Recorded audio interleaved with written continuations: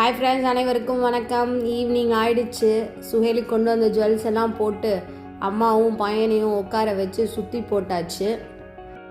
ஆஹா, டைமை பார்த்தானா ஐயோ 5 ஆயிடுச்சு. சரி கிளம்பலான்னு சொல்லிட்டு கிளம்பிட்டோம். அங்கேருந்து வெளியில் வந்து பார்த்தா பிஜிஎன்ஸ் எல்லாம் இருந்துச்சு. சரி அப்படியே பார்த்துட்டு நடந்துகிட்டே வரும்போது ஒரு செடியை பார்த்தோம்.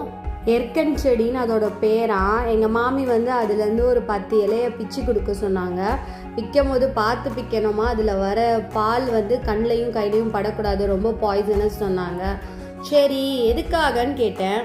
குதிகால் வலிக்கு இது ரொம்ப நல்லதுன்னு சொன்னாங்க. ஒரு தவா இல்லைன்னா செங்கலை எடுத்து நல்லா ஒரு 5 நிமிஷம் ஹீட் பண்ணிவிட்டு அதை இறக்கி இந்த 4 இலையை போட்டுட்டு நல்லா காலுக்கு அப்படியே கொஞ்சம் சூடு காமிக்கணுமா.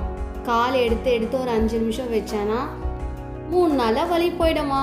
சரி அவங்களுக்கு எடுத்து கொடுத்துட்டு அங்கேருந்து நாங்கள் கிளம்பிட்டோம். பாய்.